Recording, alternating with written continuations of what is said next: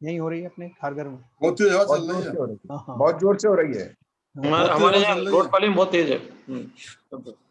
चलिए बंद करो अभी, आप म्यूट करो सबको। हाँ।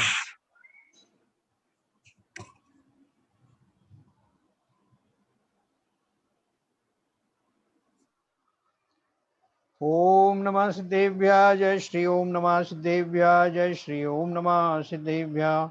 मंगलम भगवान वीरो मंगलम गौतम गणी मंगलम कुंद कुंदाद्यो जैन धर्मोस्तु मंगलम।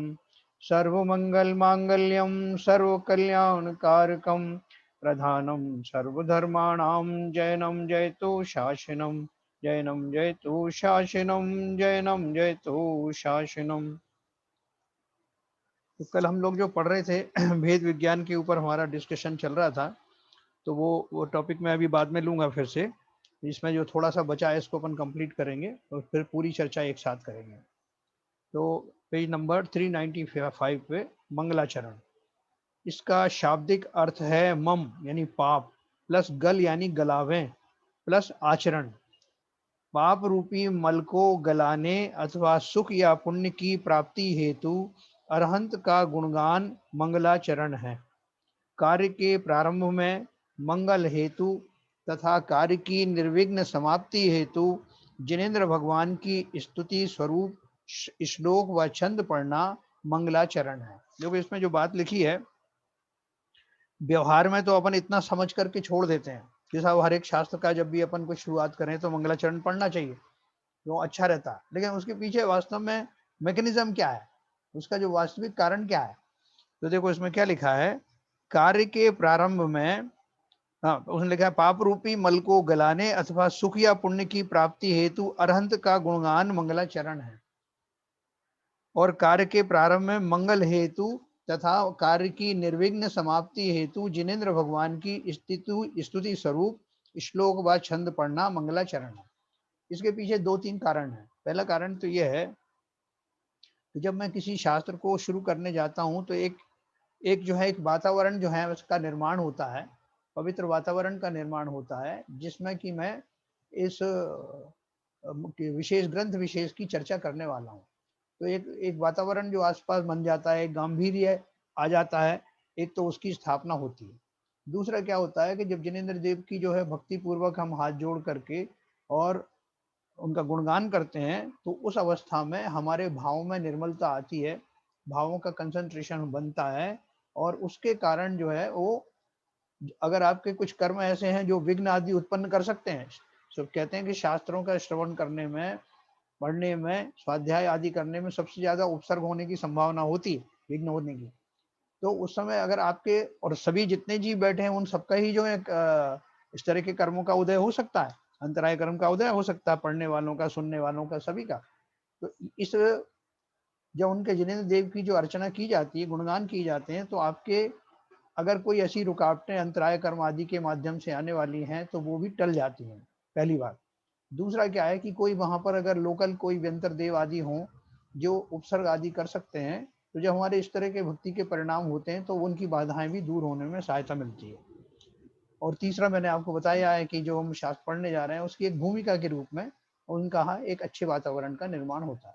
इस तरह से ये तीन चीजों को। और दूसरी बात ये भी होती है कि उन शास्त्र को पढ़ने के लिए अलग अलग ग्रंथों के बहुत सारे मंगलाचरण स्पेसिफिक होते हैं जो उनके रचयिता लोगों ने बनाए। तो वो स्पेसिफिक पढ़ने से उनके भाव आते हैं कि हम जिस ग्रंथ को भी पढ़ने जा रहे हैं उसमें बहुत कुछ ऐसी उपलब्धियां हैं जिससे हमारा संसार से हमारा जो मुक्ति हो सकती है।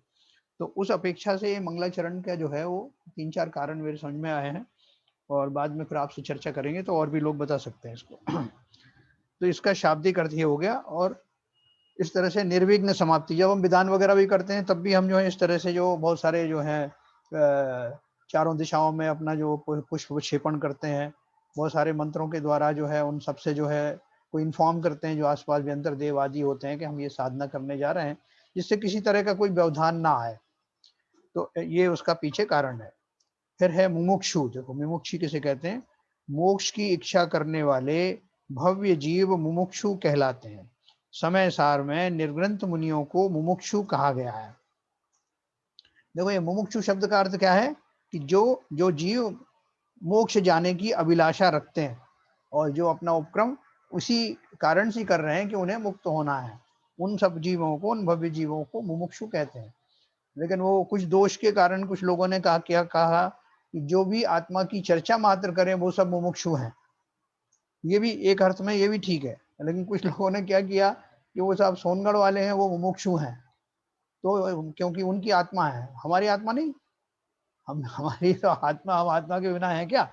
हम सभी आत्मा है, और हमने उसका ठेका उनको दे दिया कि वो वही मुमुक्ष है, वही आत्मा का चिंतन वही कर सकते हैं, और कोई हम में से कोई अगर आत्मा की बात करे तो हम उनको कह देते हैं कि तो सोनगढ़ी है। इसलिए मुमुक्षु का भली प्रकार अर्थ समझे, हम सब मुमुक्षु हैं, जितने भी भव्य जीव हैं, जिन सबको मोक्ष जाने की अभिलाषा है। मुमुक्षु तो एक कॉम्प्लीमेंट है, कॉम्प्लीमेंट है, ये कोई गाली नहीं है। अगर कोई हमको मुमुक्षु कहे तो हमें तो प्रसन्न होना चाहिए कि ये तो बहुत बढ़िया बात है कि हमें, और हम वास्तव में उसकी आराधना कर रहे हैं उस मार्ग की। तो इसलिए मुमुक्षु का अर्थ जो है वो सही रूप में लेना, समझना। समय सार में निर्ग्रंथ मुनियों को मुमुक्ष कहा गया है। अगर कोई अपन से अभी से कहने लगे तो उसको ये हमारे लिए तो कहते हैं कि आपके मुंह में क्या है वो घी शक्कर। इसका अर्थ ये कि हमारे कॉम्प्लीमेंट्री है, ये कॉम्प्लीमेंट है। तो इस तरह से हम सब मुमुक्षु हैं, लेकिन विशेष तौर से निर्ग्रंथ मुनियों को इसलिए कहा है कि उनका तो पक्का ही हो गया कि वो अभी उस दिशा में बहुत तेजी से आगे बढ़ गए। मुमुक्षु तो हम भी हैं, भले ही हमारे जो है स्लो चल रही हो प्रोग्रेस। अगला है वर्गणा। समान गुण वाले परमाणु पिंड को वर्गणा कहते हैं, है ना। परमाणुओं का जो ऐसा पिंड जिसमें एक जैसे गुण हो, अपन इसकी डेफिनेशन पढ़ी थी वर्गणा की, और विस्तार से मैं आपको अभी कर्णानुयोग परिचय में इसके बारे में बताऊंगा। फिर है विद्याधर। विद्याधर कौन होते हैं और कहाँ मुख्य रूप से पाए जाते हैं? देखो लिखा है, विजयार्थ पर्वत पर निवास करने वाले मनुष्य विद्याधर कहलाते हैं। ये जाति, कुल और तप इन तीन विद्याओं से युक्त होते हैं और देव पूजा आदि षट कार्यों में रत रहते हैं। ये विद्याधर लोक यानी विजयार्थ की उत्तर दक्षिण दिशा की श्रेणी पर अवस्थित 110 नगरियों में रहते हैं, जहां हमेशा चतुर्थ काल बना रहता है। देखो अपना जो आप नक्शा देखेंगे जम्बू द्वीप का, तो जो भरत और ऐरावत दो क्षेत्र हैं, उनके ऊपर उनके जस्ट ऊपर एक आपको लाइन दिखाई देगी जिस पर लिखा है विजयार्थ पर्वत, दोनों साइड में, भरत क्षेत्र का भी और ऐरावत का भी।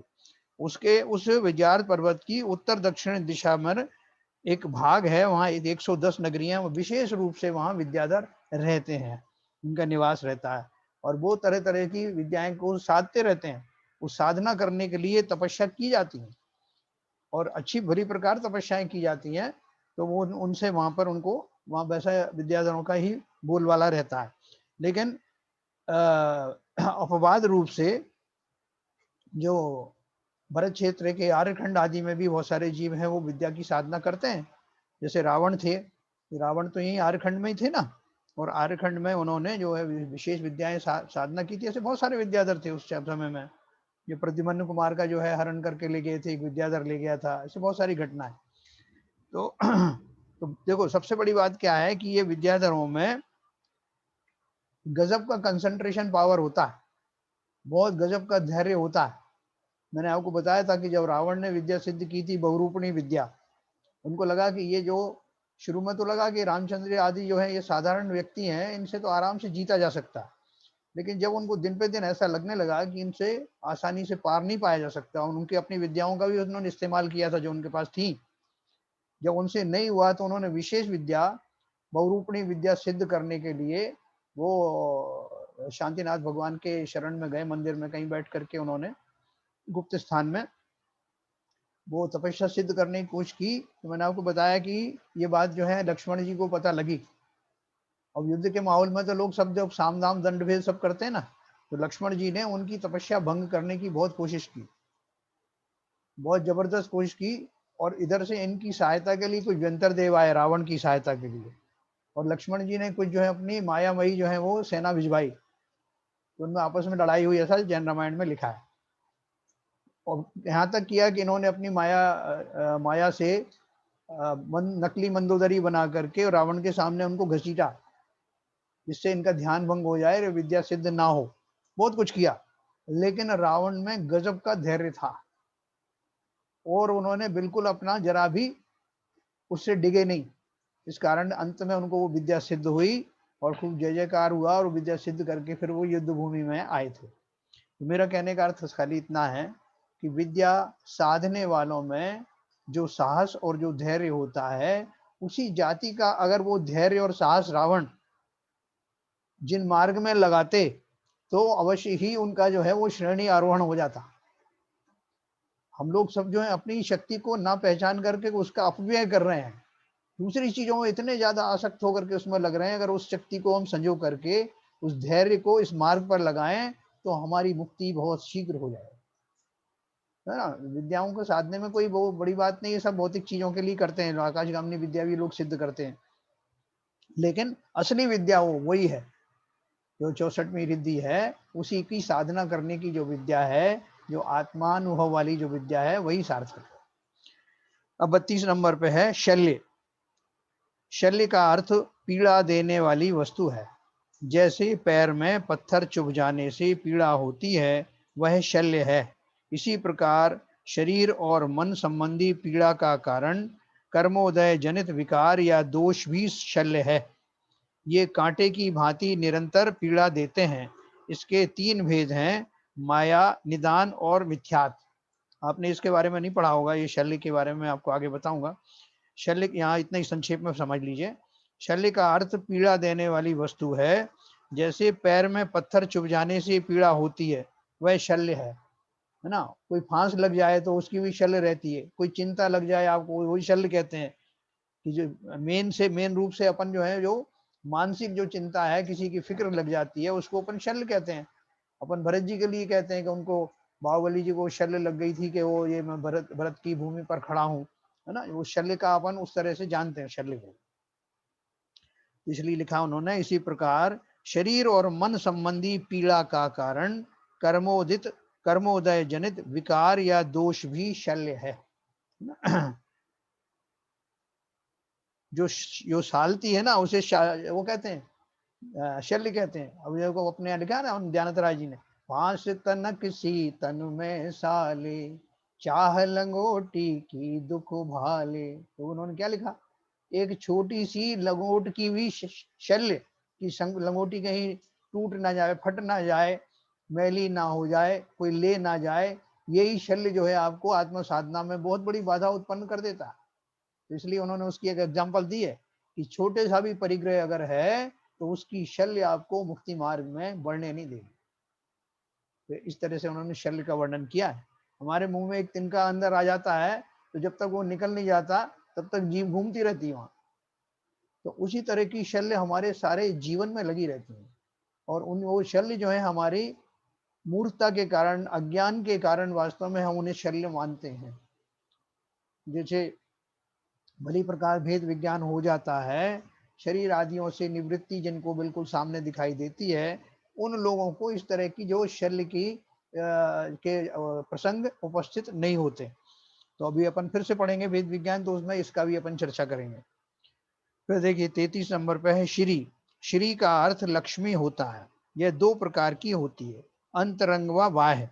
अनंत भगवान के अनंत चतुष्टय रूप अंतरंग लक्ष्मी और समोशरण आदि रूप बाह्य लक्ष्मी होती है ना। समोशरण के बारे में मैंने बताया था कि संसार का जो सर्वोत्कृष्ट वैभव है वो समोशरण में उतर आता है, उससे ज्यादा वैभव कहीं नहीं होता, और उस जिससे उनका कोई अटैचमेंट नहीं होता। सबसे बड़ी बात तो श्री अनंत देव का, तो यहाँ बोल रहे हैं कि अनंत भगवान के अनंत चतुष्टय रूप, ये तो उनका अंतरंग लक्ष्मी है। अनंत ज्ञान, अनंत दर्शन आदि जो है उनके अनंत चतुष्टय रूप, वो तो अंतरंग है। और बाहर में उनके तीर्थंकरों के जैसे समोशरण रूप से जो बाहर की लक्ष्मी है।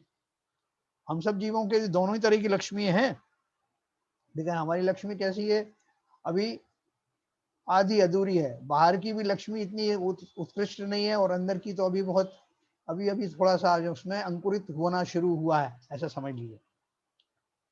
तो इस तरह से ये श्री का अर्थ हो गया। अब सप्तऋषि, जो सप्तऋषि का जो सीवीएन साहब या कोई पूछ रहे थे ये सप्तऋषि कौन थे, तो देखो इसमें थोड़ा सा आया है विवरण। सुरमन्यु, श्रीमन्यु, श्री निचय, सर्व सुंदर, जयवान, विनय लालस और जयमित्र नामक 7 चारण रिद्धिधारी महामुनि हुए हैं। ये प्रभापुर नगर के राजा के पुत्र थे और सगे भाई थे। उत्तम तप के कारण सातों भाई सप्त ऋषि कहलाए। है ना, अपने साधुओं की कैटेगरी है ना, साधु, अनगार, ऋषि, ये मुनि, इस तरह के जो कैटेगरी है उनके अलग अलग हैं। वो अपन भले ही उनको जो है वो पर्यायवाची शब्दों के रूप में उपयोग करते हैं। तो ये जो ऋषि थे, ये उत्तम तप के कारण इनको बहुत सारी रिद्धियां भी प्राप्त हुई थी।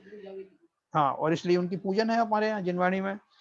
मैंने आपको बताया था कि एक बार इनके प्रभाव, यहाँ लिखा भी है, इनके तप के प्रभाव से मथुरा नगरी में चमरेंद्र यक्ष द्वारा फैलाई महामारी रोग दूर हुआ। ये रामचंद्र जी के समकालीन थे, है ना। वो मथुरा नगरी में एक बार जो हुआ था, तो वहां पे जब वो गए मुनिराज, तो देखा कि वहां पर जबरदस्त ऐसी कुछ वो माया छाई हुई थी कि वहां पे सारे लोग जो हैं वो सुप्त अवस्था में थे, कोई दिखाई नहीं दे रहा था वहां पर। और काफी दिन से वो चल रहा था, जो उसका जो उपसर्ग था चमरेंद्र का। तो महाराज सातों मुनियों के जाते ही वहां पर वो उसकी जो महामारी रोग दूर हो गया और लोग जो है स्वस्थ हो गए सारे। मुनिराज का वहां आहार वगैरह भी हुआ और नगर वासियों का भी पुण्य था उसमें, क्योंकि देखो खाली उनके ही निमित्त से नहीं होता, उनका जो उपसर्ग दूर होना था, जिसमें वो सब जीवों का पुण्य भी था और निमित्त मिले वो सप्तऋषि, उनका वहां आगमन हुआ। ऐसा निमित्त निमित्तिक संबंध होता। तो इस तरह से वो सप्तऋषि हैं, उनकी अच्छी पूजन लिखी हुई है सब जगह से, में आप पढ़े, अपन सप्तऋषि का अर्घ भी चढ़ाते हैं। फिर 35 नंबर पर है समय। देखो समय के कितने सारे अर्थ होते हैं, कुछ अर्थ इन्होंने बताए यहाँ पर। मंद गति से एक परमाणु को आकाश के एक प्रदेश से दूसरे प्रदेश तक जाने में जितना काल लगता है वह समय है ना। वास्तव में समय की जो अपन यूनिट बताते हैं ना, काल की यूनिट बताते हैं, उसकी परिभाषा उन्होंने क्या दिया है कि जो स्पेस है, उस स्पेस में को अपन ने कुछ एक एक प्रदेश में बांट दिया है। ऐसा बांट दिया कि उस स्पेस का सबसे छोटे भाग को हम प्रदेश कहते हैं। तो उस प्रदेश में मतलब एक प्रदेश से उसके निकट वाले दूसरे प्रदेश में जाने में कितना समय लगेगा, जबकि समय ही प्रदेश सबसे छोटी इकाई है स्पेस की। तो इसी तरह से उसको मापने के लिए सहारा लिया गया है उसका जो गति का, कि एक परमाणु का आकाश के एक प्रदेश से दूसरे प्रदेश में जस्ट एडजेसेंट वाले प्रदेश को में जाने में जितना समय लगता है, उसका नाम एक समय दिया गया। तो समय जो है काल की यूनिट भी हो गई, व्यवहार काल की। और उसके अलावा इन्होंने लिखा है आगम व सिद्धांत को भी समय कहते हैं। आगम को और सिद्धांत को भी समय कहते हैं, आत्मा को भी समय कहते हैं। समय सार ग्रंथ में तो वही उपयोगी है, दिया है समय सार का, यानी आत्मा का सार। तो ऐसे और भी इसके वो हैं, अर्थ हैं। तो ये हमारा आखिर में 36 नंबर पे संलेखना है, समाधि मरण। उसमें क्या लिखा है देखो, अपन इसके बारे में परिचित तो हैं, ये उन्होंने संक्षेप में लिखा है। जीवन का अंत समय निकट आने पर, अति वृद्ध हो जाने पर, असाध्य रोग हो जाने पर अथवा दुर्भिक्ष आदि उपसर्ग आने पर, जब धर्म पालन होना असंभव दिखाई देता है, तो धर्म की रक्षा हेतु साम्य भाव पूर्वक अंतरंग कषायों का सम्यक रूप से शमन करते हुए भोजन आदि त्याग करके शरीर को कृश या क्षीण करते हुए देह त्यागना संलेखना है। देखो इसमें उन्होंने एक शब्द लिखा है,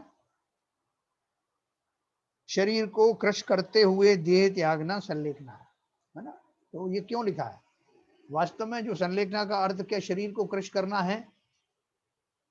शरीर तो जो है पर वस्तु है ना, वैसे भी मैं शरीर का क्या कर सकता हूँ। तो इसलिए उसका जो सही स्वरूप क्या है, पहली बात तो करते कब है। अगर आपको जरा भी ऐसा संभावना नजर आए कि आपके शरीर बना रह सकता है अभी, और उससे संयम आदि धारण किया जा सकता है उसके निमित्त से, तो ऐसे उपाय किए जाते हैं कि वो जीव सरवाइव कर जाए। लेकिन अगर ऐसा आ जाए कि बिल्कुल वो बचने की संभावना ही नहीं है, देखो क्लियर लिखा है उन्होंने, जीवन का अंत समय निकट आने पर, अति वृद्ध हो जाने पर, असाध्य रोग हो जाने पर अथवा दुर्भिक्ष आदि उपसर्ग आने पर, जब धर्म पालन होना असंभव दिखाई देता है, तो धर्म की रक्षा हेतु, धर्म की रक्षा हेतु क्या है, कि जब ऐसे समय में क्या होगा, अगर आप जो है बिना संयम आदि के इस तरह के भावों से मरण को प्राप्त हुए, तो तीव्र आर्त ध्यान पूर्वक मरण होगा और फलस्वरूप खोटी गतियों में जाना होगा। इसलिए जो ज्ञानी लोग हैं, वो ऐसी अवस्था में होने वाले अंतिम क्षणों का लाभ भी लेते हैं।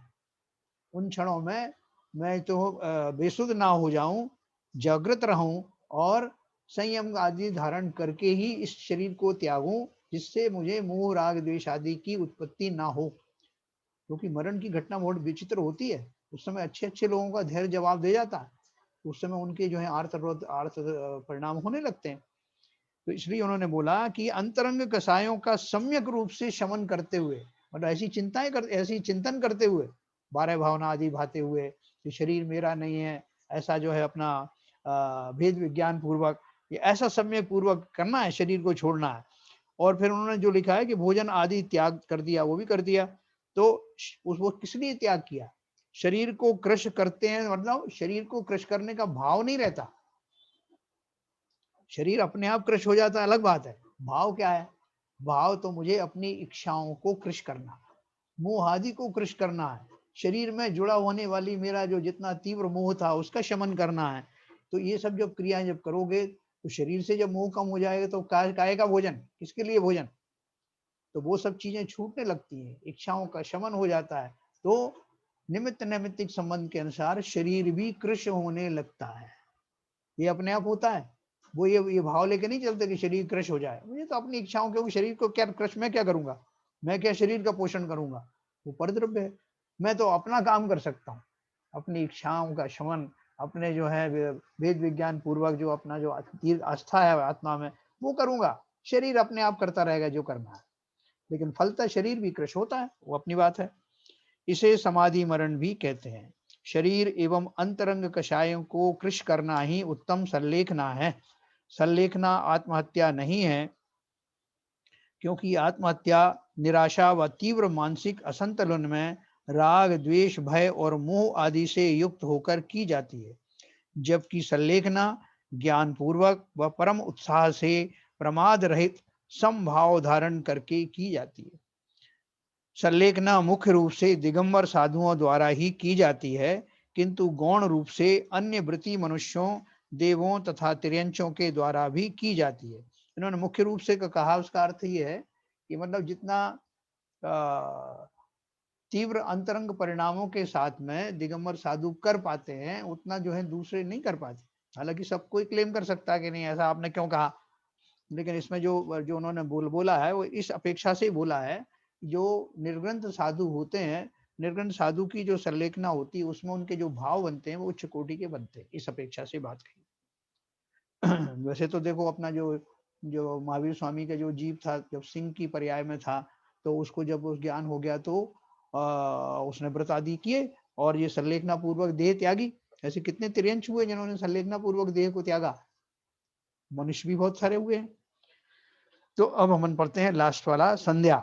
इसका सामान्य अर्थ शाम है, लेकिन जब दो काल मिलते हैं तो उन संधि कालों को भी संध्या कहते हैं। जैसे प्रातः, रात्रि और सुबह का मिलना, है ना, सुबह हो गया, मध्याह्न यानी प्रातः काल और दोपहर का मिलना, और सायंकाल यानी शाम और रात्रि का मिलना। इस तरह से ये संधि काल हैं। इन संधि कालों में सामायिक व वंदना की जाती, तीनों कालों में सामायिक वंदना करने वाले जिनका नियम होता है वो करते हैं, अपन सब भी कर सकते हैं। और स्पर्धक जो आया एक शब्द, कर्म वर्गणाओं के समूह को स्पर्धक कहते हैं। जो बहुत सारी कर्म वर्गणाएं एक साथ होती हैं तो उनके समूह को स्पर्धक कहते हैं। ये अपन पढ़ने वाले हैं आगे। मैं आपको अनम्यूट करूंगा।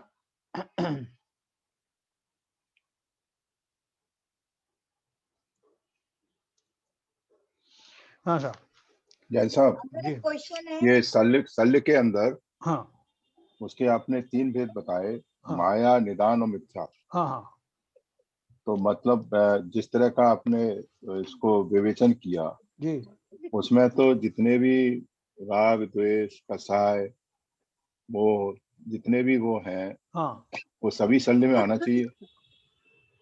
देखो मैं आपको इनका इसका जो है वो थोड़ा विस्तार बताऊंगा। इसमें पता नहीं इस किताब में दिया है कि नहीं। बहन जी को तो वैसे पता ही है, मुंह जबानी पता है। बहन जी बताएं जरा, ये तीनों तरह की जो है शल्य जो है, माया, निदान और मिथ्यात्व। वैसे अपन मोटे मोटे तौर पे तो जानते हैं, लेकिन जो विस्तार से थोड़ा बताएंगे। नहीं मतलब कसाय कौन से उसमें आते हैं, इसमें ये निदान में आएंगे, किसमें आएंगे? नहीं, निस्तार कषाय में? अलग से है। माया, निदान और मिथ्यात्व। मिथ्यात्व क्या है? मिथ्यात्व के कितने भेद हैं अपन जानते हैं ना। मिथ्यात्व नाम का जो है, उसमें जो है मिथ्यात्व खोटे श्रद्धान के कारण, हाँ, जो हमारा खोटे खोटा सिद्धांत श्रद्धान है का, ना, हाँ तो वो हाँ मिथ्यात्व में आता है, खोटा श्रद्धान। हाँ और जो माया है, माया का मतलब जो जो है कि जो उस तरह की जो है वस्तुओं के प्रति आकृष्ट होना। निदान में अपन जो निदान बनाते हैं कि मैं, मुझे तो तप का ये फल मिलना चाहिए कि मैं ये देव बनूं, तो वो शल लगी रहती देव। जब जो कोई तपस्या कर रहा है, उसके अंदर में ऐसा भाव आ जाए कि मुझे तो ये जो विमान निकल के गया है ना, इस जैसा चमत्कारी, इतने इस जैसा आभावान मेरा भी विमान हो, मैं भी ऐसा बनूं, तो वो जो उसको शल्य लग जाती है उसकी, तो वो शल्य जो है निदान शल्य के रूप में जानी जाती है। वो तो हो गए, मगर इसमें हाँ, कसाय और ये राग द्वेष ये तो कुछ भी नहीं आया वो सब इन कनेक्टेड है तीनों। उसमें, वो सारा कनेक्टेड है। मैं आपको विस्तार से बताऊंगा कल। अभी अगर ठीक, बहन जी बता दें तो बहन जी बता सकती हैं। ये बता रही हैं। जो ये है ना, जब भी हम कोई मायाचारी हमारे अंदर चल रही होती है या हाँ, आवाज चली गई बहन जी। इंटरनेट डाउन होगा उनका शायद। हाँ, सो जैन साहब, ये मतलब एक तरीके से अपनी मन की भूल समझ लीजिए। हाँ, हाँ, वही हमको है। मतलब अपनी अंदर मायाचारी चल रही है, हाँ, और उससे हमको ऐसा लग रहा है कि उसकी वजह से हमको वो मतलब हमारी कोई चीज सिद्ध नहीं हो पा रही है, वो हमारे को व्यवधान पैदा कर रही है, वो सल्लेमनी है। हाँ, मैं इस पे मतलब मोटे मोटे तौर पे तो आप यही समझ लीजिए कि ये 3 विशेष कारण हैं जो जीव को खटकते रहते हैं, जिनके कारण उसका ध्यान स्थिर नहीं रह पाता, ये मोटे तौर पे। और मैं आपको विस्तार से बताऊंगा तो आपको पूरी बात समझ में आएगी, इसलिए वो मैं भी अच्छा उसको रहेगा। छेड़ नहीं रहा हूँ अभी, इसलिए उसको तो ठीक है, आपको, ठीक, हाँ, कहाँ कहाँ कनेक्शन है उसका मैं पूरा आपको बताऊंगा। ठीक है, ठीक। अंकल एक क्वेश्चन है, हाँ, पूछिए। इसमें लिखा है चेटी समय पर श्री का अर्थ लक्ष्मी होता है, हाँ, फिर भी अपन मेल पर्सन के नाम के आगे श्री लगाते हैं, तो क्यों लगाते हैं? हाँ, श्री भी लगाते हैं, श्रीमान भी लगाते हैं, बिल्कुल सही जी है। अंकल। तो वो जो है, जो बाह्य रूप में जो ना, बाहर में वो श्री लगाने से उसको जो जो सम्मान दिया जाता है जीव को, जिसके आगे अपन श्री लगाते हैं, वो श्री एक सम्मान सूचक शब्द है कि जिसके अंदर में ज्ञान रूपी लक्ष्मी का विशेष विकास है, इसलिए वो सम्मानीय है। और किसी ना किसी रूप से वो जो सम्मानीय व्यक्ति क्या कैसे होता है, भगवान का तो अपन जानते हैं, श्री श्री 108 श्री है ना, कोई 105 श्री होते हैं, वो अब 105 लगा करके अपन श्री बोलते हैं, मतलब जिनमें इतने गुण हैं, इसलिए उनको मैंने श्री लगा करके सम्मानित किया। श्रीमान भी कह देते हैं, कोई कोई विशेष जो है उसमें ज्ञान है, विशेष प्रतिभा है, उनको भी अपन श्री कहते हैं। श्रीमंत शब्द भी आता है, ऐसे बहुत सारे जी शब्द हैं। आरपी तो जनता भाई बताओ, साहब, श्री लगाने वाले शब्द कितने हैं? नॉर्थ में तो हम श्री जी बोलते हैं, भगवान को श्री जी ही बोलते हैं कि श्री जी की हाँ, बोली श्री, लगो, श्री जी को उठाने की बोली, हाँ, श्री जी बराबर। को सिर पर रखने की बोली। हाँ, वो शॉर्ट फॉर्म है उनकी, जो वो दिखाने का, उनका जो जो उनके ज्ञान आदि गुण हैं उनको दिखाने का। हाँ, बोलिए, बाबूजी बोल रहे थे। मैंने कहा कर्म वगैरह को स्पर्धक कहते हैं, अन्य वगैरह को नहीं कहते क्या? अन्य वगैरह के समूह को हाँ, स्पर्धक नहीं कहते क्या? अन्य वर्गणाएं कौन सी होती हैं? सही वगैरह कर्म वगैरह ही कहलाती है क्या? नहीं, जो भी वर्गणाएं हैं, जो वर्गणाएं हाँ। किसी कर्मों की के वर्गणाओं के बारे में तो अपन ने पढ़ा है। समूह क्या है कि वो जो सूक्ष्म जो है परमाणु होते हैं, जिनसे हाँ। वर्गणाएं बनती हैं। जी परमाणु तो सब जगह होते हैं ना, जी परमाणुओं के ही समूह से जो है उनके जो स्ट्रीम होती है, बहुत सारे जो परमाणु जब एक साथ एक जैसे आइडेंटिकल, देखो उन्होंने बहुत क्लियर किया है, समान हाँ, गुण वाले परमाणु पिंड को वर्गणा कहते हैं, वगैरह कहते हैं, है ठीक ना। है। तो समान गुण वाले, अब एक वर्गणा बन गई, हाँ ऐसे ऐसी 10 वर्गणाएं एक साथ आ गई, हाँ, ठीक है ना, जिसमें वो स्पर्धक कहलाते हैं। वो स्पर्धक कहलाते हैं, ठीक है ना। और भी आपको आगे और मिलेगा इसमें, निषेक शब्द भी आएगा एक, हाँ, निषेक भी शब्द आएगा एक हाँ, निषेक कर्मों के समूह को। हाँ, वर्ग किसे कहते हैं, वर्गना किसे कहते हैं, स्पर्धक किसे कहते हैं, निषेक किसे कहते हैं, ये हाँ, सब ये सब आपको चीजें। विस्तार से 4-5 हाँ। दिन के बाद में बहुत विस्तार से आने वाला है, अच्छा अच्छा। ठीक है ना। संलेखना जो है 12 साल मैक्सिमम होती है।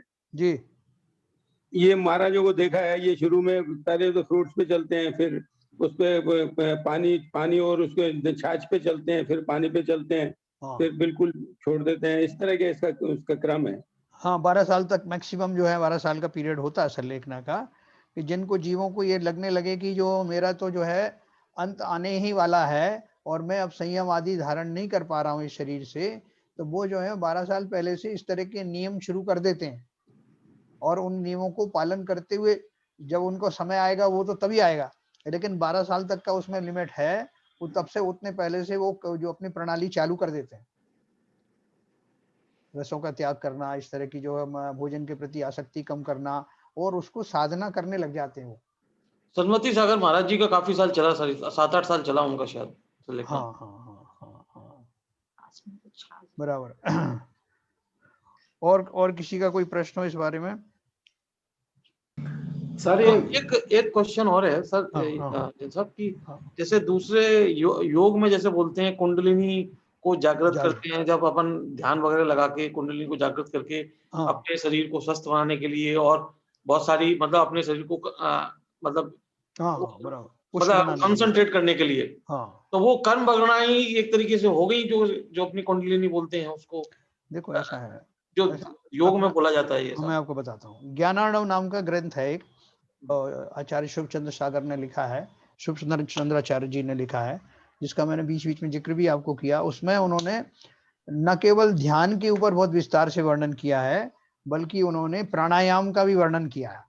एक पूरा चैप्टर प्राणायाम के ऊपर लिखा है, और उसमें उन्होंने बताया है कि किस तरह से जो प्राणायाम बाबा बताते हैं ना, तो वो नाम तो उसका भी प्राणायाम है, लेकिन वो बहुत सूक्ष्म, और भी ज्यादा जो है सूक्ष्म है।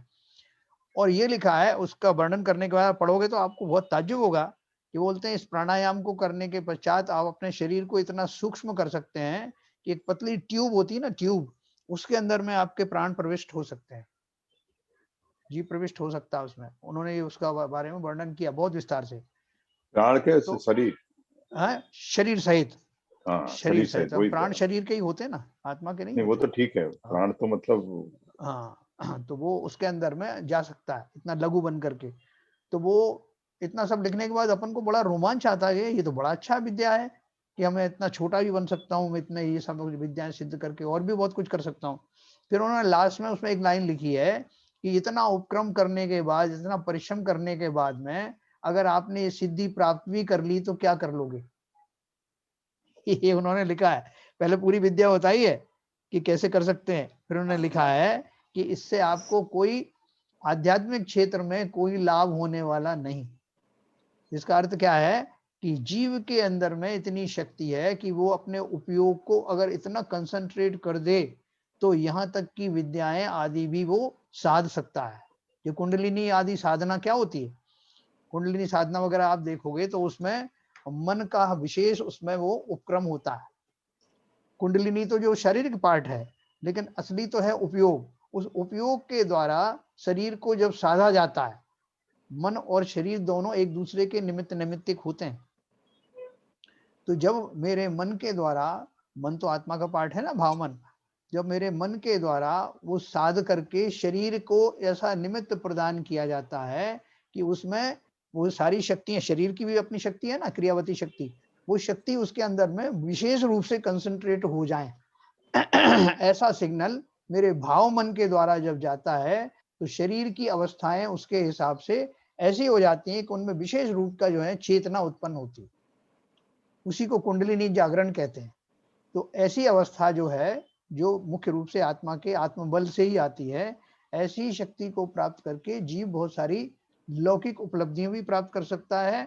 और अगर वो मानसिक रूप से आत्मा की ओर ज्यादा झुकाव है उसका, तो वो मुक्ति के मार्ग में आगे बढ़ सकता है। ये वो कुंडलिनी जागरण। लेकिन लोग जो बताते हैं वो कुंडलिनी मुख्य रूप से उसके भौतिक जो है लाभ बताते हैं। नहीं, कुंडली जागरण से मालूम मुझे, अभी कुंडली जागरण के बाद समय शिखर जाने का मूड बन गया तो मैं जा सकता हूँ, तो फायदा तो हुआ ना साहब।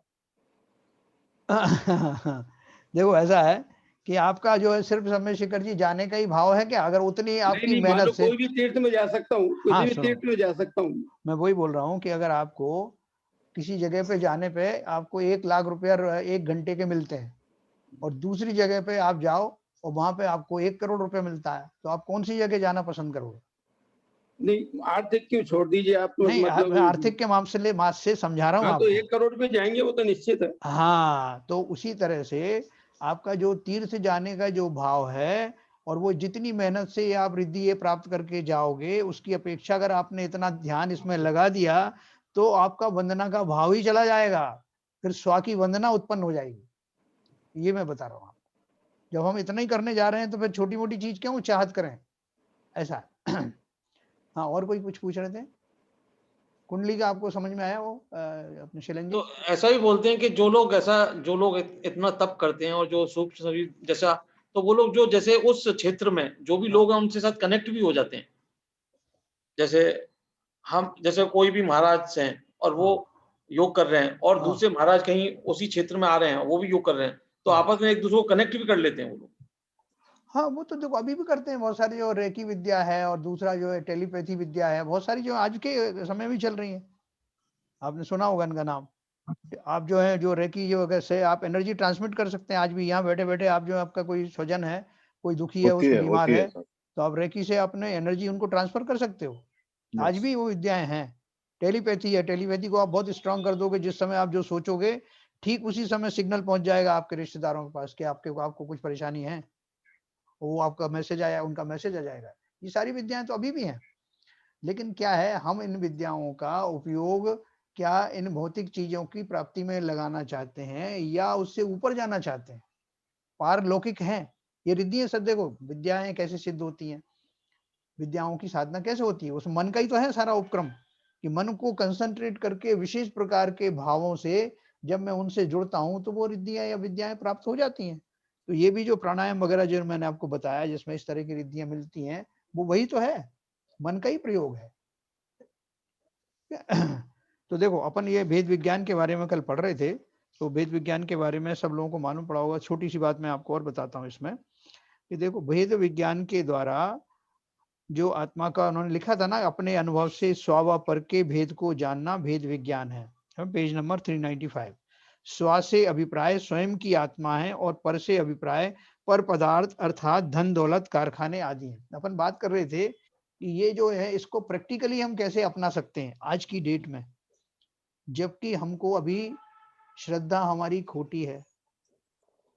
लेकिन हम ये जानते हैं कि भेद विज्ञान किया जाता है और किया जा सकता है, जिसके द्वारा आत्मा और बाकी के शेष पदार्थों में बिल्कुल अलग-अलग डिवीजन हो जाता है और फलस्वरूप समता भाव उत्पन्न होता है। ये हमको मालूम है। और जब भी सम्यक दर्शन होगा, वो भेद विज्ञान पूर्वक ही होगा। अब देखो इसका प्रैक्टिकल मैं आपको बताता हूँ। जब हम अपने घर गृहस्थी में रहते हैं, तो बहुत बार हम जो है समता धारण करते हैं, लेकिन वो समता का स्वरूप दूसरे प्रकार का होता है। जैसे अभी नोटबंदी हुई थी, करंट एग्जांपल बताऊं, तो कितने लोग जो है वो सड़कों पर लाइन लगाए रहते थे, घंटों घंटों किसी भी लगाए रहते थे और वो बड़े धैर्य के साथ खड़े हुए रहते थे कि भाई देखो, ज्यादा उत्पात करने से तो कुछ होने वाला नहीं है, लाइन में क्यों में जब आपका नंबर आएगा तभी आएगा और मुझे वो अभीष्ट मुझे प्राप्त करना है। या आप डॉक्टर के पास जाते हैं तो डॉक्टर की लाइन लगी होती है, तो वहां भी आप सोचते हैं भाई मेरा नंबर आएगा जब तो दिखाऊंगा ना, तब तक आप धैर्यवान रहते हैं। ऐसे संसार की इतनी सारी घटनाएं हैं जहां आपको लगता है कि आपका जब उस पर वश नहीं चलेगा तो हम धैर्यवान बन जाते हैं और उन स्थितियों को आराम से समता पूर्वक उनको सामना करते हैं। लेकिन वो समता किस प्रकार की होती है, जिसमें कुछ प्राप्ति की अभिलाषा भी रहती है और कुछ अंदर में व्यग्रता भी रहती है, काश मेरा नंबर जल्दी आ जाए, है ना। और ज्यादातर तो क्षणों में किसी तरह का उत्पाद करने का मन नहीं करता कि भाई ठीक है जैसा नियम है तो मैं पालन करूंगा, उस नियमों का हम पालन करते हैं। तो उन नियमों का पालन करते हुए बहुत सारे, लेकिन घर गृहस्थी में उल्टा होता है।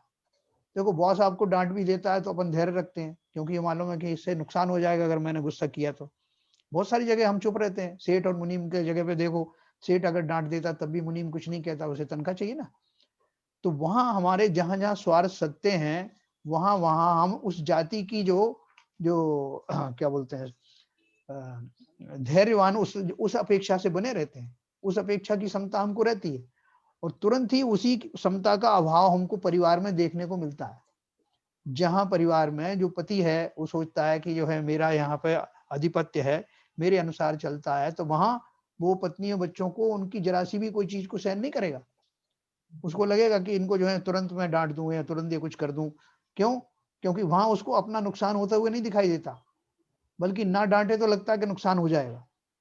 तो सब जगह हमारी जो समता की जो परीक्षा है, अगर हम परिवार में भी उस तरह की क्षमता लाने लगे, जैसे मैंने आपको कल बताया था, अगर वो ये सोचने लगे कि जो कुछ भी जैसा कुछ मुझे मिला है, मेरे अपने पूर्व कर्म के संयोगों के कारण मिला है। जितने भी पात्र मेरे परिवार में हैं, वो सब मेरे किसी पुण्य और पाप के कारण यहाँ उत्पन्न हुए हैं। उनके अपने भी पुण्य पाप हैं जो मैं उन्हें मिला। तो इस घटना को जब हम बार-बार चिंतन करेंगे, तो मेरे उस जाति के जो क्रोध पहले होते थे आधिपत्य जमाने का, देखो डाँटना-डपटना तो वो जारी रहेगा और भूमिका के अनुसार ज़रूरी भी है। अभी हम तो चतुर्थ गुण स्थान में भी नहीं पहुँचे हैं। बच्चों को डाँटना, समझाना, गलत चीज़ के लिए बोलना, वो सब तो है, चालू रहेगा। लेकिन फ़र्क क्या पड़ जाएगा? जैसे ही हम ये कर्म सिद्धांत के बारे में जानेंगे, वेद विज्ञान के बारे में जानेंगे, हमारा जो अंदर से जो दुखीपना है, हमें दूसरे जीवों के प्रति जो आक्रोश रहता है, वो कम होने लगेगा कि भैया इनकी गलती नहीं है, इसमें जो है मूल रूप से तो मेरे ही पुण्य पाप का खेल है और इनके पुण्य पाप का भी खेल है कि जो मैं इनको कई बार डांट देता हूं तो इनको भी हर्ट होता है। तो ऐसे सारे जीवों के पुण्य पाप मिल करके एक परिवार में जीव आते हैं। अब हमने अगर जितना इस रहस्य को समझ लिया, उतना हमारे आचरणों में समता दिखाई देने लगेगी। लोग, सारे परिवार के लोग आप कहेंगे इनको पता नहीं क्या हो गया, ये पहले तो बात पे गुस्सा करते थे, लेकिन अब इनको कुछ हो गया, ये ठहराव सा आ गया। तो वो जो ठहराव आया, अगर हम भली प्रकार से इस कर्म सिद्धांत को समझ करके अपनी भूमिका का निर्वाह करें, मैं ये नहीं बोलूंगा कि आप उनके प्रति जो है वो बिल्कुल प्रेम समाप्त हो जाए आपका। पूरे प्रेम के साथ में परिवार को आप चला सकते हैं और बैकग्राउंड में आपके ये चिंतन भी चल सकता है। ये हमारा जो है प्रमुख यूनिट है, सबसे छोटी इकाई है जहां से हम वेद विज्ञान की प्रैक्टिस कर सकते हैं। वहां प्रैक्टिस करके देखो कि मैं पहले कितनी जल्दी क्रोधित होता था, ये सोच करके कि ये मेरे इच्छा के अनुसार क्यों नहीं हो रहा। ये अब मैंने अगर दूसरी पॉइंट ऑफ व्यू से सोचना शुरू कर दिया, आपने किसी को समझाया, डांटा, तब भी आप ये सोचते हो। बच्चे को डांटा और आपने अंदर से अंदर रखा ही नहीं, अंदर में क्या रखा कि अगर इसकी ऐसी ही होनहार है तो ये ऐसा ही होगा, मेरे लाख समझाने से ये नहीं समझेगा। इस भाव से जब आप समझाओगे तो आपके अंदर खेद नहीं होगा, फ्रस्ट्रेशन नहीं होगा। ऐसा सारे अपने परिवारजनों के प्रति आप अपनी भूमिका का निर्वाह करिए, लेकिन अंदर में ये बात हमेशा रहना चाहिए कि ये खेल जो है कैसा चलता है, कैसे पुण्य और पाप का खेल। यहाँ से ही हमारी शुरुआत होगी वेद विज्ञान की, और वेद विज्ञान होते होते बढ़ते बढ़ते हमारी समता बढ़ते बढ़ते वो वास्तविक आध्यात्मिक समता का रूप धारण कर लेगी। जिसमें किसी को और कुछ कोई ऐड करना चाहे तो ऐड करें।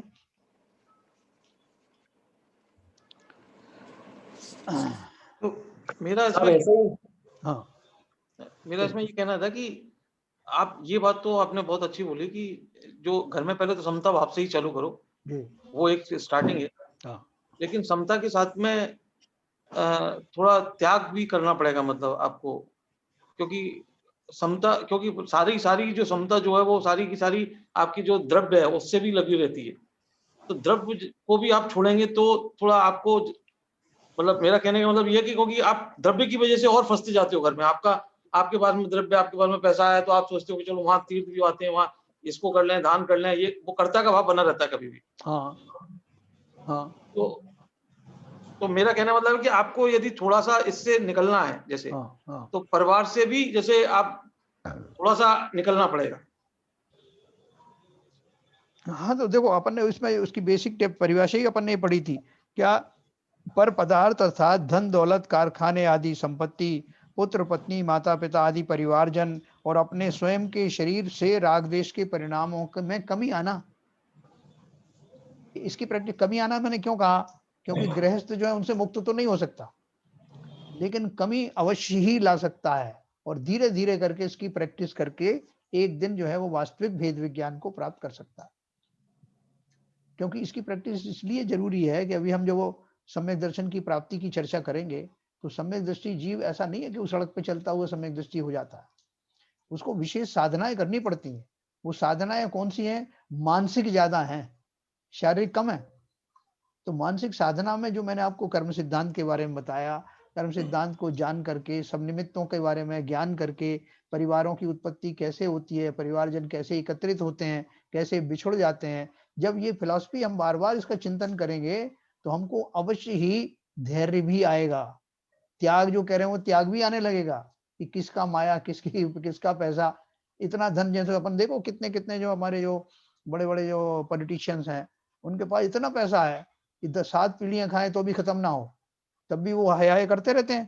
तो किस भाव से करते रहते हैं कि वो जो उन्हें वेद विज्ञान तो है नहीं, ना उनको ये मालूम है।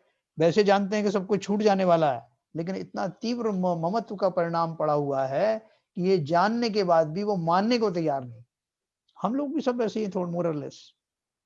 तो जैसे-जैसे हमारा अभ्यास बढ़ेगा, हमारे वास्तव में हमारी ग्रंथियाँ, हमारी पकड़ उन चीज़ों से कमज़ोर होने लगेगी। मान्यता की तो पकड़ है, बाकी तो आप ना मकान पकड़ सकते हो, ना धन पकड़ सकते हो, शरीर से शरीर भी आपका नहीं है, किसको पकड़ोगे? खाली मान्यता पूर्वक ही उन्हें हम अपनी मानते हैं, उस मान्यता में ढीलापन आने लगेगा। और एक गलती और भी हो जाती है कभी-कभी, जैसे कोई काम करते हो, हमको कोई सिद्धि प्राप्त होती है। सिद्धि मतलब जैसे हम मंदिर जा रहे हैं, तो जी। मंदिर में हम रेगुलर हो गए, मंदिर में हाँ। हमारे भजन पूजन में अच्छा मन लगने लगा, हाँ, सब कुछ होने लगा। हाँ। लेकिन धीरे-धीरे वहाँ पे व्यवस्था में आ जाते हैं तो कर्ता का भाव आ जाता है, तो फिर अपना घट जाता है। जैसे ही कोई भी चीज़ में, तो मतलब ये भी बड़ा इसमें सावधानी रखने की ज़रूरत होती है कि जिस चीज़ में बढ़ रहे हैं, तो हाँ। उसमें उतनी ही बढ़ें जिसमें आत्मा का कल्याण हो। यदि उससे आगे निकलेंगे तो फिर मतलब व्यवस्था में लगेंगे तो फिर अपना मन भटकेगा। हाँ, बिल्कुल सही है। और कोई इसमें कुछ ऐड करना चाहें, पूछना चाहें? नहीं, बिल्कुल मैं ऐसे मानता हूँ। हाँ। ये शैलन जी की बात को अच्छी तरह से मानता हूँ और जी। पूरे फुली एग्री। हाँ, अगर आप मंदिर के भाव से जाएंगे और व्यवस्था के भाव से जाएंगे तो क्या व्यवस्था रह जाएगी, मंदिर के दर्शन खत्म हो जाएंगे। हाँ, तो हाँ, सही बात है, हाँ। क्योंकि बिल्कुल I agree with you sir. देखो, इसीलिए बहुत सारे लोग जो एक खास अवस्था आने के बाद में पद आदि सब छोड़ देते हैं। बिल्कुल सही है। कोई कंटेस्ट नहीं करते किसी चीज में, इन सब चीजों से बिल्कुल निवृत्त हो जाते हैं। धन आदि की भी वो सलाह, अगर बच्चे हैं साथ में तो बच्चों से बोलते हैं भाई तुम जानो, तुम्हारा काम जाने, अकाउंट हमें तो 2 रोटी दे देना बस, दैट्स ऑल। तो जितना-जितना आप निवृत्त होगे इन पदों से, पद लोलुपताओं से, जिम्मेवारियों से, लौकिक जिम्मेदारियों से, उतने निर्भर होते हुए उन शल्यों से, जो शल्य अपन ने पढ़ी ना, ये सब शल्य ही तो थी। बिल्कुल गृहस्थी चलाने की शल्य, धन को जोड़ने की शल्य, धन को बढ़ाने की शल्य, है बच्चों का पालन पोषण करने की शल्य। इन सब शल्यों से तभी निवृत्त होंगे जब हम ये मान के चलेंगे, मेरे करने से कुछ नहीं होता, मैं बिना वाद का जो है वो पंच बना हुआ था, सब घटनाएं अपने आप घटित होती हैं, हाँ। मैं तो खाली उसमें निमित्त जुड़ जाता हूँ और ये मानता हूँ कि मेरा चल रहा है, मेरी वजह से हो रहा है। अरे पंच बन करके अपने उसका हाँ, उसके अपना अहम की तो अहम का बिल्कुल अहम का वो कर रहा था, पोषण, पोषण कर रहा था। बिल्कुल, बिल्कुल वही है। ये बात मेरे को मेरे पिताजी ने बताई, क्योंकि वो 20 साल रिटायरमेंट के बाद से 20 साल तक कंटिन्यूस मंदिर में गए, सुबह 5 बजे जाते थे और सब व्यवस्था करनी, थाली बनाना, पानी भरना, सब काम करना। तो फिर बाद में उनको सारे लोग बहुत इज्जत करने लगे थे। तो मैंने एक बार पूछा, मैंने कहा आप इतना इज्जत करते हैं, सब लोग मानते हैं आपकी बात को, तो आप व्यवस्था वगैरह में क्यों नहीं आगे बढ़ते? हाँ। तो बोले यही तो फेर है। बोला यहाँ फँस गए तो फिर अपना सारा छूट जाएगा। हाँ, बिल्कुल सही बात है। देखो, तो ये व्यवस्था करने में आपको आलोचनाएँ भी झेलनी पड़ती हैं, कहीं प्रशंसा के भाव भी आते हैं, तो और बहुत आपकी एक्सपेक्टेशन होती है कि लोग आपकी प्रशंसाएँ करें, आलोचनाएँ ना करें, ये भी शल्य है। अभी देखो, बाबूजी हमसे जुड़े हैं 8 साल से, 7-8 साल से, तो हमने तो उनको यहाँ अध्यक्ष के रूप में देखा, सेक्रेटरी के रूप में देखा, ये सब देखा, लेकिन धीरे-धीरे करके मेरा बहुत मन था कि इनको जो है स्वाध्याय में ही जोड़ना है, और कुछ उनका पुण्य का उदय रहा, कुछ हमारा भी रहा कि वो इसमें ऐसे जुड़ते चले गए कि उन्होंने धीरे-धीरे करके इन सब पद लोलुपताओं को एकदम एक तरफ छोड़ दिया। बहुत बढ़िया, बहुत पूरी बढ़िया। तरह इसमें जुड़ गए। आप देखो आज उनका ज्ञान देखिए आप, तो विरक्ति देखिए, तो वो अपने आप ही जब जीव समझ लेता है कि इन चीज़ों में कुछ नहीं रखा, तो वो छोड़ देता है इन सब चीज़ों को। ठीक है ना सर? तो देखो, मैं अभी आपके पास 2-4 मिनट हैं, मैं इसमें से ही आपको ये अगले पेज के ऊपर में कौन-कौन से प्रसिद्ध ग्रंथ हैं जो हमने पढ़े हैं, जिनके नाम सुने, उनके नाम खाली आपको बताऊँगा, जिससे कभी वो आएँ तो आपको पता लगे कि हाँ, ये वो ग्रंथ हैं, प्रसिद्ध ग्रंथ हैं। पेज नंबर 398 पर जो ग्रंथ दिए हैं, वो बहुत अच्छे ग्रंथ हैं और उनकी चर्चा हम कभी ना कभी करेंगे। देखो, सबसे पहला नंबर पे है, परिशिष्ट 2 दिया है, कषाय पाहुड़, उनमें आचार्यों के नाम भी दिए हुए हैं, आचार्य गुणधर, भगवती आराधना, आचार्य शिवकोटि, फिर षटखंडागम जो अपन ने जिसकी चर्चा पढ़ी थी ना, आचार्य पुष्पदंत और भूतबली, ये ईसा की दूसरी शताब्दी और पहली शताब्दी में रचे गए ग्रंथ। फिर मूलाचार का नाम सुना होगा, समय सार, प्रवचन सार, पंचास्तिकाय, नियम सार, अष्टपहाड़, ये कुंदकुंदाचार्य के लिखे हुए पंच परमागम है। फिर तत्वार सूत्र उमा स्वामी द्वारा लिखा है। अच्छा, अपन जानते भगवती हैं। आराधना ये भी उसी समय की है? हाँ, आचार्य शिवकोटि और पहले की है वो, ईसा की पहली शताब्दी में। अच्छा। ये आचार्य शिवकोटि जो है ना, एक शिवभूति तो अलग थे, वो जो दाल अलग और छिलका अलग, हाँ। और ये शिवकोटि दूसरे आचार्य थे अच्छा जिन्होंने रचना की है। फिर देखो आप इसमें वो सीक्वेंस देखेंगे ना, तो सबसे पहले कौन से हुए, उसके बाद में कौन हुए, तो ये कुंदकुंदाचार्य जो है ईसा की दूसरी शताब्दी में हो गए। उसके बाद में तत्वार सूत्र जो है वे भी उसी समय का है, लेकिन आपको इसमें उससे उनका बहुत सारा वो पुट मिलेगा, आचार्य उमा स्वामी का जो तत्वार सूत्र है। फिर कार्तिकायन अनुप्रेक्षा, ये आप लोगों ने नहीं सुना होगा, आज ये मेरे पास है किताब। उसके बाद रत्नकरण शापकाचार आचार्य समंत भद्र जी ने लिखा है, अपन सब जानते हैं। सरवार सिद्धि जो अभी मंगवाई थी हमने, आचार्य पूज्यपाद स्वामी ने लिखी है, उसको टीका, तत्वार सूत्र की टीका लिखी है। फिर समाधि तंत्र है पूज्यपाद स्वामी का। इष्टोपदेश है, इसका नाम सुना होगा आपने, ये भी पूज्यपाद स्वामी का एक स्वतंत्र ग्रंथ है। परमात्मा प्रकाश योग सार आचार्य योगेंद्र देव का है, ईसा की 6ठी शताब्दी में लिखा था। फिर राजवार्तिक है, पद्म पुराण है, पद्म पुराण राजवार्तिक आचार्य अकलंक देव का है। अकलंक निकलम की आपने जो कहानी सुनी होगी ना, जो बौद्धों के समय में जो उनमें से एक भाई को मार दिया गया था, आचार्य अकलंक देव। फिर पद्म पुराण है आचार्य रविशेन का, ईसा की 7वीं शताब्दी में लिखा गया। इसमें रामचंद्र एवं लक्ष्मण रावण का जीवन परिचय है। धवला पुस्तक लिखी, धवला, जय धवला, महाधवला आदि जो है लिखी आचार्य वीरसेन ने 8वीं शताब्दी में। तो इनका जो है बहुत पवित्र ग्रंथ है, उनको हर कोई पढ़ता नहीं है और थोड़े क्लिष्ट हैं। फिर श्लोक वार्तिक, अष्ट सहस्त्री, हरिवंश पुराण जो है आचार्य जनसेन ने लिखा है, जिसमें आपका पांडवों का और नेमनाथ भगवान का बहुत विस्तार से दिया गया है। आदि पुराण में आचार्य भगवान ऋषभदेव का जीवन चरित्र है। उत्तर पुराण में अजितनाथ से लेके वर्धमान तक के अन्य शलाका पुरुषों का जीवन चरित्र है। ये दोनों किताबें हमारे यहाँ हैं अपना संत निवास में। पुरुषार्थ सिद्धोपाय भी है वहाँ, आचार्य अमृतचंद्र ने लिखा। तो अमृतचंद्र जो उनके टीकाकार हुए ना समयसार आदि के, उन्होंने एक स्वतंत्र ग्रंथ की रचना की थी जिसका नाम है पुरुषार्थ सिद्धोपाय। बहुत छोटी सी किताब है लेकिन बहुत मार्मिक है, कभी अपन पढ़ेंगे इसको। फिर गोमटसार कर्मकांड, गोमटसार जीव कांड है, हम लोगों ने मंदिर में पढ़ चुके हैं, आचार्य नेमिचंद द्वारा रचित है। इसमें कर्मों की और उसकी विभिन्न अवस्थाएं हैं, गुणस्थान, मार्गना परिचय है। इसी के आधार पर अपन जो पढ़ने जाने हैं ना, कर्णान योग परिचय, कर्णान योग में यही सब दिया है इसमें। फिर द्रव्य संग्रह है, ये बहुत अच्छा ग्रंथ है, आचार्य नेमिचंद द्वारा लिखा हुआ, सिद्धांत दिया है 6 द्रव्यों का और मोक्ष मार्ग का वर्णन है इसमें, ध्यान आदि का भी वर्णन है इसमें, जो बहुत अच्छा ग्रंथ है। फिर ज्ञानार्णव आचार्य शुभचंद्र का, जिसके बारे में मैंने आपको बताया, ध्यान ध्याता ध्येय ध्यान का फल। इस तरह ये बहुत प्रसिद्ध ग्रंथ हैं। और एक और अपन मैं पढ़ के सुनाऊंगा आपको, इसके बाद समाप्त करूंगा। इसके अगला पेज पे है जैन धर्म के प्रसिद्ध स्तोत्र, इनका नाम आपने सुना होगा। दश भक्ति नाम का ये स्तोत्र लिखा आचार्य कुंद ने। स्वयंभू स्तोत्र आचार्य समंत भद्र ने लिखा, जिसको पढ़ते उनके वो पिंडी फट गई थी ना जब उन्होंने उसकी रचना की थी, उस समय उनका, जब उनको फोर्सिबली कहा गया था कि जो इस पिंडी को नमस्कार करो, बनारस में थी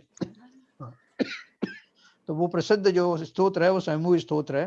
फिर कल्याण मंदिर स्तोत्र है, भक्तामर स्तोत्र है, अकलंक स्तोत्र है, श्रीपुर पार्श्वनाथ स्तोत्र है, विशापहार स्तोत्र है, एक ही भाव स्तोत्र है, भूपाल चतुर्विंशति का है और महावीराष्टक स्तोत्र है पंडित भागचंद जी का। ये प्रसिद्ध स्तोत्र हैं। तो इस किताब के माध्यम से हमको न केवल ग्रंथों का परिचय हुआ बल्कि स्तोत्रों का भी परिचय हुआ। और कल अपन ये पढ़ेंगे कि जो नियम हम जो लेते हैं, बहुत सारे नियम होते हैं ना, तो बहुत सारे जो प्रारंभिक भूमिकाओं में जो लोग हैं जिन्हें पता नहीं कि नियम की बात तो बहुत चलती, क्या नियम लिए जाएं और कैसे नियम लिया जाए, उनकी स्रोत जो है, कुछ स्रोत जो है आचार्यों के और कवियों के भी हैं और इनके भी हैं। ये सब ये स्रोत को कितना उनकी श्रेणी में आ गए आचार्यों की। हाँ, तो ये विशापहार स्तोत्र जो था ना, जो विशापहार स्तोत्र से वो जो थे ना धनंजय जी, उनके पुत्र को जब सर्प ने काटा था जी, तो उनकी पत्नी जो उनको उसको लेकर के मंदिर में आ गई थी, जहाँ वो वही स्रोत है। वही स्तोत्र है। तो कवि धनंजय ने लिखा है उसे। हाँ, उनको अपने आप ही इतने- देखो, सबसे बड़ी इतने बात क्या भाव है? बन गए उसमें कवियों के। हाँ, क्यों नहीं बन सकते हैं? देखो अपने जो है दयानंद राय जी कौन थे? अब हाँ, वो भी कवि हैं? थे। दयानंद राय जी हैं, दौलत राम जी हैं, पंडित भागचंद जी ने ये भागचंद जी का स्तोत्र है, ये महावीर अष्टक स्तोत्र है। तो ये क्या है कि किसी विशेष कारण विशेष से वो जो है मुनि दीक्षा नहीं ले पाए, उनका हाँ। वो समय नहीं आया उतना भाव, लेकिन उसके अलावा बाकी सब कुछ उनके अंदर कंप्लीशन था। बिल्कुल सही कह रहे हैं, अगर बिल्कुल सही कह रहे हैं। ये मुझे भी एक आश्चर्य हुआ कि आचार्य कुंद और आचार्य समध्वत, आचार्य सिद्धसेन मानतुंग, इनके स्त्रोतों के संग में कवियों का ये स्तोत्र, इसका मतलब इनके भाव कितने ऊंचे उत्कृष्ट रहे हो होंगे। सकते, बिल्कुल। और देखो सबसे बड़ी बात क्या है कि ये जिन्होंने भी जो लिखा है, जैसे कवि धनंजय जी ने लिखा, उन्होंने लिखने के भाव से नहीं बैठे कि मैं एक कागज ले लूं और कलम ले लूं और कोई स्तोत्र लिख दूं, ऐसा नहीं। उस समय अपने आप ही जैसे उनके भाव आए, वो भाव बाद में लिपिबद्ध किए गए, है ना। वो इस भाव से नहीं खड़े हुए थे कि वो मेरी स्त्री आएगी पुत्र लेकर के और मैं ऐसा वो बनाऊंगा स्तोत्र और उसका विश्व उतर जाएगा, ऐसा नहीं। उनके जो भक्ति के भाव जिस श्रृंखला से आए, वो अपने आप ही आए और उससे उनका विश्व उतर गया। उनको ये भी नहीं मालूम था कि इससे कुछ होने वाला है, ठीक है ना। तो और भावों में भाई साहब, भावों में क्या मतलब है? भावी तो जो मन है कपड़ों का और उनका शरीर का कोई संबंध नहीं है। नहीं, भाव तो अलग ही है। थोड़ा तो संबंध है कि और उच्च कोटि के हो सकते हैं वस्त्र त्यागने के बाद। अगर ऐसा ना हो तो लोग वस्त्र त्याग ही नहीं, नहीं, है ना। वो आपकी बात मैं आपकी बात एग्री करता हूँ, बात सही है। लेकिन वो हाँ बहुत दूर तक जा सकते हैं, और इसलिए तो बोलते हैं कि गृहस्थ और श्रावक कोई कम चीज नहीं है, कम नहीं है, सही। हाँ। तो भावों का एक अभी प्रैक्टिकल हुआ था एक, कि किसी आदमी को आंख बंद करके उसको जैसे सांप काटता ना, वैसी सुई से चुभोया गया उसको। हाँ। और उसको बोला सांप काटा है, वो मर गया। हाँ। और उसको वैसा ही जहर चढ़ा। बराबर। तो ये काफी ऐसी चीजें जो भावों में इतनी दम होती है कि आदमी मतलब एक सांप काटने से लोगों को उसी भाव से मर जाते हैं कि मेरे को जहर चढ़ जाएगा। हाँ। और दूसरा एक्सपेरिमेंट हुआ, एक को एक्चुअल में सांप ने काटा और उसको बताया गया कि ये मेंढक गई है पास से निकल के, तो उसके मन में ऐसा भाव नहीं आया, डरने का भाव नहीं आया, है ना। तो उसको कुछ नहीं हुआ। ये क्या है कि मन का ट्रांसफॉर्मेशन होता है, मन की जो आपकी बॉडी के अंदर सब कुछ है भाई साहब। बॉडी के अंदर सब कुछ है। आपके जैसे भाव होते हैं वैसा बॉडी वैसा ही श्राप करने लग जाती है। हाँ बराबर, विष का और हम सब चीज का। हाँ बोलिए। जैन साहब, मैं प्रैक्टिकल बताता हूँ। बचपन में मेरी कजिन्स बुआ की लड़की थी, छोटी सी, तो उसको बुआ ने बोला कि वो उसमें से मटके में से दाल निकाल के ले आ। दाल निकालने गई तो उसको क्या कहते हैं, अंदर उसमें बिच्छू था काला बहुत बड़ा। उसने डंक मारा उसको। अच्छा। डंक मारा तो उस समय कुछ नहीं हुआ। बोले इसमें दाल के अंदर ये सुई कहाँ से आ गई? तो बोले लेके आ, वहां सुई कहाँ से आई? तो जो मट्टी को लेके आई तो उसको वो बिच्छू को देख के वो बेहोश हो गई। उस समय बेहोश हो गई, और जब बिच्छू को हिलाया तो बिच्छू मरा पड़ा था। अच्छा। इसकी बॉडी में इतना जहर था कि बिच्छू मर गया।